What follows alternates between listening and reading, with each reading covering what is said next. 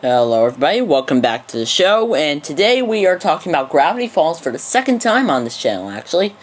Pretty cool, right? So, anyways, this video is going to be centered around probably the most controversial main character, Mabel Pines. She is one of the main characters of the show, one of the Pines twins, obviously, if you can tell from the name. And, yeah, she's one of the most hated characters on the show. Probably the only characters that are hated more would probably be Dippy Fresh and Robbie, possibly Gideon, I don't know. There aren't a lot of characters in the show who are as hated as Mabel. And today, I'm here to explore why. So you may be asking, Leon, how are you gonna do that? Well, let me tell you right now. First of all, I'm going to go through her bad moments. Well, not all of them, but some examples. Then I'm going to go through some of her good moments. Then I'm going to address Weirdmageddon. So, anyways, I'm Leon, creator of Somefella, and I am ready to take you on a little trip down to Gravity Falls, Oregon, to talk about Mabel Pines. Let's get into it, folks. So, first, I'm going to address some of her bad moments, specifically the episodes Boys Crazy. Let's see. Sorry, I forgot the name of one of the other episodes. Oh yeah, Time Traveler's Pig, Scien-tism Candidate, and what's that last one? It's on the tip of my tongue. I'll be back in a second. Oh yeah, Little Dipper. So I'm going to address these in, well, any particular order, really. So, let's do this. So, first of all, I'm going to talk about Scien-tism Candidate, since that's probably her least egregious example. Now, do I hold her solely accountable? No. Do I hold Dipper and Ford accountable for this situation? Yes, more so than Mabel. But she still played a role in it, and didn't really object to it, as far as I can tell. And so, at least Dipper had the line, this is amazing and morally ambiguous. It's not a lot, but it's something. From what I recall, Mabel doesn't really have that moment. I think maybe she did later in the episode, but, I don't fully recall. Anyways, yeah, that's the extent of her badness in that particular episode. She was just kind of like an accessory to the main problem that was also suffered by Dipper and Ford, more so. But, anyways, time for this next part, which is Time Traveler's Pig. Now, this episode, I'm going to mainly talk about, the final half of it, the final little bit of it. So, first of all, Mabel didn't win Waddles at a fair that the Mystery Shack was hosting. So, let me just say, the context, because it's going to be a bit confusing otherwise. So, in this episode, Mabel wins a pig called Waddles, who would go on to be a kind of side character for the rest of the series from that point on, but at a fair that the Mystery Shack was hosting. And, let's see. Oh, yeah. Dipper was trying to possibly get with Wendy, because at this point in the series, that was still a thing that was going on. And, at some point, he keeps going back in time, thanks to a time-traveling device he got from Blendon Blandon. Earlier in the episode, he's a time cop. And, yeah. He keeps trying to go back in time to attempt to, because in, the first attempt, he accidentally hit Wendy in the eye, had to go get some ice, and then Robbie came up and, helped, kind of cool it down with an ice cream cone, which, yeah, so he's obviously trying to prevent that, because, he wants to be the one who ends up with Mabel. No, not with Mabel. Get that out of your head, Alabit. Got that out of your head. So, I meant to say, try to get with Wendy, not Robbie. It shouldn't be the one to get with her in his eyes. So, he keeps resetting with the time-traveling device to try to not hit her in the eye, but that happened in pretty much every timeline.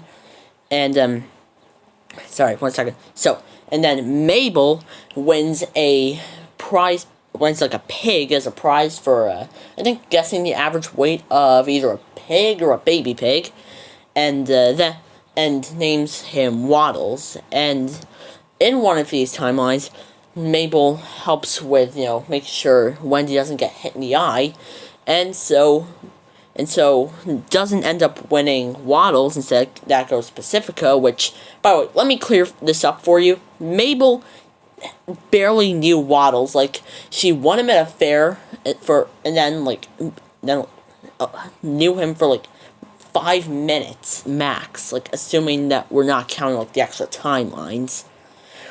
If we're counting the extra timelines, at most, a few hours.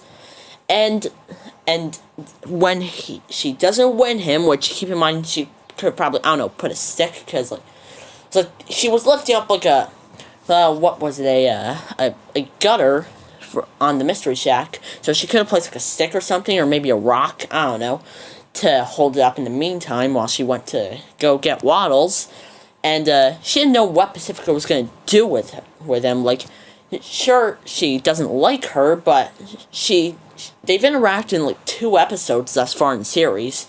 I think, episodes 6 and 7? I don't know. Wait, no. I'm thinking of Double Dipper. That happens later, so once. They've interacted one time, and Mabel is already upset, because, she's not, because, she doesn't know how Pacifica's gonna treat Waddles, she doesn't know if she's gonna, cook him alive, or take him on or treat him very well, better than she ever could. But, I get that a little bit, but you knew the pig for, a few hours at most. And, she ends up banging her head into a post for a month straight, which, hold on a second. Let's assume, right, that this isn't an attempt to guilt trip Dipper. This also still leaves the door open for some other background info, that being that Dipper saying this line, "You're not guilt-tripping me, Mabel. Not this time." Now, keep in mind that this isn't the point in the series where a lot of fans would begin to dislike her just yet. At this point in the series, she's still a very likable character with not a lot of bad moments. But that just makes this moment worse, because it implies that she does this stuff very commonly, prior to the beginning of the series. So there's a lot of bad moments that we haven't even seen yet. We don't even know the severity or context of those. But, anyways, I kind of do sort of understand the thing with Waddles, but, this line in particular is the real problem with this episode, in my opinion. But anyways, next up is, Boys Crazy, that episode. So, in this episode, we learn that Mabel and her new friends Kenny and Grenda are all fans of this boy band in town called Several Times, and they go to one of their concerts and they learn that they're basically slaves. And to their publisher, I think, I don't know, the publicist, I don't know what he is, I think it's their manager. And so they get them out of there, which is pretty good, because they are basically treated like animals. And she takes them in with her, and she basically treats them like animals as well, and ends up throwing out Kenny and Grenda when they protest this fact. However, she does come around in the end, but the problem with this, in my opinion, is that she kind of treated them in a similar way to not as malicious or cruel, but still, she did still kind of treat them like animals, or just friend slaves, I guess. Kind of similar to how their manager did, just not as bad. It's kind of a situation of, it's bad now, but it was worse then. It's that kind of situation, if you get what I'm talking about. And then, lastly, Little Dipper. Actually, no, I'm also going to talk about Love God after this, but I'm just going to get Little Dipper out of the way. So, in Little Dipper, do I solely blame Mabel? No, I also blame Grunkle Stan and Seuss, which, honestly, I'm pretty sure he got it on the teasing Dipper, but, honestly, that was quite surprising of Sue specifically. He's a much more likable character to a lot of people. A lot more of a fan favorite. But, anyways, Do I fully blame Mabel? No. Did Dipper overreact? Yes. But was Mabel's teasing probably the biggest part of it, like the biggest problem out of all of it? Yes. Was that the reason that Dipper overreacted? Yes. Like, if someone reacts, sure, blame them too, but depending on the situation, you should also kind of blame the person who caused the overreaction as well. Like, let's say, there's a distinction to be had there. Like, let's say you reject someone, and they threaten to do a certain thing at a school because of it. If you know, you know. Don't blame the person who caused the overreaction, because they were perfectly justifying their decision. But in a situation like this, like, you're teasing someone for being short, and they turn to a magical item to, solve that problem, because, they're insecure about it, and everyone else is kind of ganging up on them for it. Yeah. Honestly, I feel like it's not solely Mabel's problem, but I do still feel like she's kind of to blame for it. Anyways, now on to Love God. Probably one of her worst showings. No, not worst, worst. Sorry, meant to forgot the T there. So, anyways, in this episode, she encounters a cherub, basically, who, he's a rock star, basically, now, and he fills her in on his love potions, which can basically, get any two people to fall in love with each other forcefully. Like, for instance, pretty sure he used, a snake and a badger as an example. I don't remember if those exact animals, but I don't have the resource anymore. I don't have Disney Plus, and the only season that's on YouTube for free is season 1. So, anyways, Mabel asks if she can borrow one of the love potions for Robbie and, I forget the other person's name, so I'm just gonna call him Girl. So, she asks if she can borrow a love potion to use on Robbie and Girl, because she set them up because Robbie was feeling down, which seems good at first, but it's literally just so she can fill in a chart saying that everyone is happy. That's her sole reason for this. And then when he says no and tries to explain that there's major consequences to this, she steals the love potion and replaces it with, I think, a squirrel. Oh wait, no, it might have been a snake and a squirrel that Love God used as an example. And she goes into the kitchen, don't know how she got in there, and asks to add it to their order of fries. And the chef just agrees. Seriously, this place should get shut down. Not only is their security so bad they let a random kid into the kitchen, but they also just let her pour a random substance into their orders. For all he knew, that could have been poison. And Mabel puts it in the fries, and it gets to Robbie and Girl, and they fall in love due to the effects of the potion. And, that ends up tearing up Wendy's friend group, which, that causes a bit of misery for everyone in there, including her and Dipper. And then Mabel tries to make amends for it with a potion to make them fall out of love again from Love God's potion belt thing. And she ends up getting chased down by him. And, And then she ends up finding them, and they're generally happy together, which honestly just feels like a cop-out to not give Mabel any consequence for her actions. Not the first time this happened in the series, and not the last. But, anyways, this happens, and basically that's the end of the episode. And then you might say, oh, according to Journal 3, the effects of the potion were off after 24 hours, so that means it's true love and they just need a little nut. Shut up! It was still forced, and you cannot change my mind that it was immoral. She didn't know that it would last. She didn't know if this would last or anything. Anyways, moving on from that, we're going to talk about some of her good moments. Now, these tend to be a lot smaller than her bad moments. They're typically overshadowed by them by a lot of Mabel haters. But I'm trying to, give an objective look at the situation. So, I'm going to wrangle up all the best moments that I can remember. So, first of all, Gulf War. in Gulf War, Dipper's the one to suggest the idea of cheating at the golf course against Pacifica, but Mabel is actively opposed to the situation, and yeah,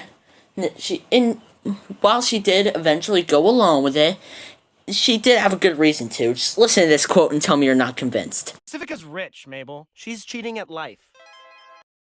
Now, you look me directly in whatever you perceive as my retinas and tell me that you would not be convinced if someone said that to you. Seriously though, I'm glad that she was at least opposed to this one. Anyways, next up I'm going to go for, let's see, what else is there? I'm trying to think of something else. Dang it, I'll get back to you once I remember it. Alright, next up is Seuss and the New Girl, I think it's called, where, well, this is also kind of shared by Dipper, but, Mabel decides to help get Seuss a girlfriend, and don't worry, she learned from last time, she's not using potions. Now she's just, trying to help him, you know? And, it leads to several hilarious moments, such as... Your face is good. I'm a Seuss. And... Scared of your eyes at all. I'm gonna look at... Dipper, Mabel, you taught him well. Seriously though, she and Dipper also notice when he begins to get addicted to basically this universe's version of Doki Doki Literature Club, and they try to pull him away from it and back into the dating scene, where he eventually meets Melody, and then Doki Doki turns into FNAF. But yeah, that episode was actually probably one of my favorites. But anyways, I'm not here to talk about any episodes in particular. I'm here to talk about Mabel. So anyways, on to another good moment. And funny enough, it's actually in Weirdmageddon Part 2, which some would argue is her worst showing, if not her second worst. Those people would probably also say that that Dipper Mabel vs. the Future was her worst showing, which again, I will address that after this segment, they escape from the little bubble that Bill had Mabel trapped in, and she goes on to, say to Dipper basically just say this to him. Hey, Dipper, I appreciate what you said back there, but if you want to take Ford's apprenticeship, I won't get in your way. Miss out on your awkward teen years? You wish. Now, in case you don't know what she's referring to when she's referring to the apprenticeship, I'm not going to give context right now. I'll give context when I'm addressing Weirdmageddon. But for now, I'm just going to say, this is really nice. She caused Weirdmageddon, well, caused, in quotation marks, Weirdmageddon over this apprenticeship. Well, in the eyes of most people. But she, But now she's willing to give up her happiness for her brother. Really shows it. Even though she may have her bad moments, she is a good person.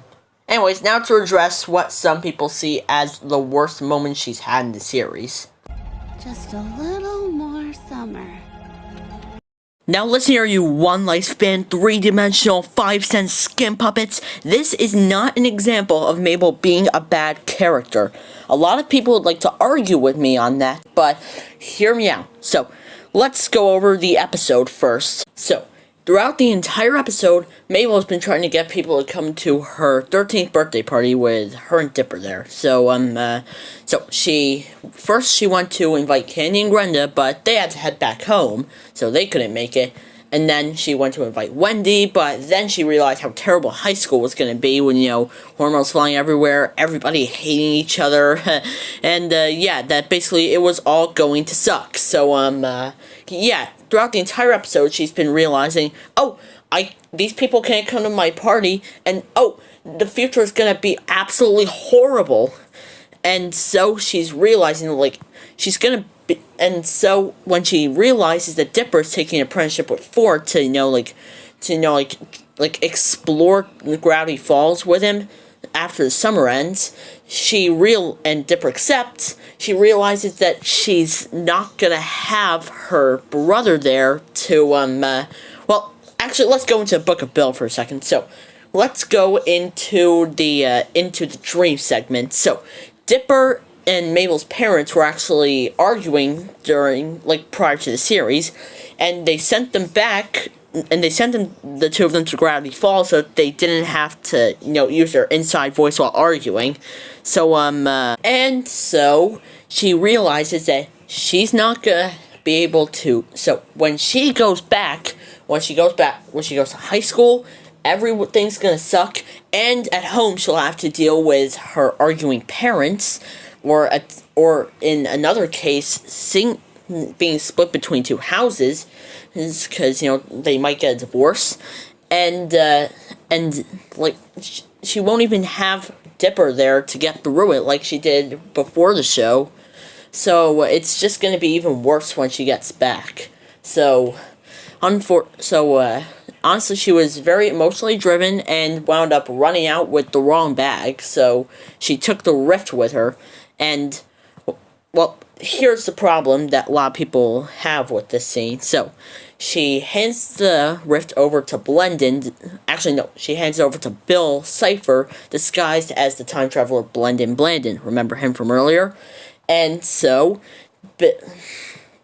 sorry, 1 second. So she hands the rift over to him, kind of like sealing like the nightmare realm and stopping Bill from causing Weirdmageddon. So she hands it over to Bill, and he breaks it, causing the events of Weirdmageddon. So let me go over why this isn't as bad as some people would make it out to be. So, first of all, there's the fact that she, First of all, she didn't know what the rift would do. Like, she didn't know that breaking it would cause the apocalypse. Not only that, but she didn't even know Bill intended to break it, or that it was even Bill. She thought it was Blendon Blandon, and that he wasn't gonna break it, and she didn't even know there would be any big consequences if it were to break. So we can cross out the possibilities of, she knew what would happen if she broke it, or that. And people say that either way it was selfish, which in hindsight, yes, it was a selfish move, but you know what they say, hindsight's 20/20. But in the moment, let's just shift our perspective to Mabel. So your parents are arguing back home. You found out that your brother's basically gonna abandon you, and you realize that. Hold on a second. So you also realize that when you get to high school, everything's gonna end up just even worse. So there's obviously going to be a lot of negative emotions that you're feeling at that moment, and of course your like foresight is going to be, or whatever it's called, is going to be blinded, and so you're not going to be thinking clearly. So obviously she wouldn't do. So obviously it makes in hindsight it wasn't the best decision, but it was the best decision to her in that moment. And honestly, well, I wouldn't say justified is the right term, but it makes sense, if you get what I mean. So, yeah. Now I've addressed her bad moments, I've addressed her good moments, and I've addressed Weirdmageddon. So, here's my final verdict. Is she a bad character? No. Is she my favorite character? No. She's definitely a neutral character, and while she's probably my least favorite of the main cast, unless you include Robbie, then he's my least favorite character in the whole series as a whole. While she is my least favorite of the Shack crew, she's not as bad as people might say. So anyways, now that we've cleared that up, goodbye.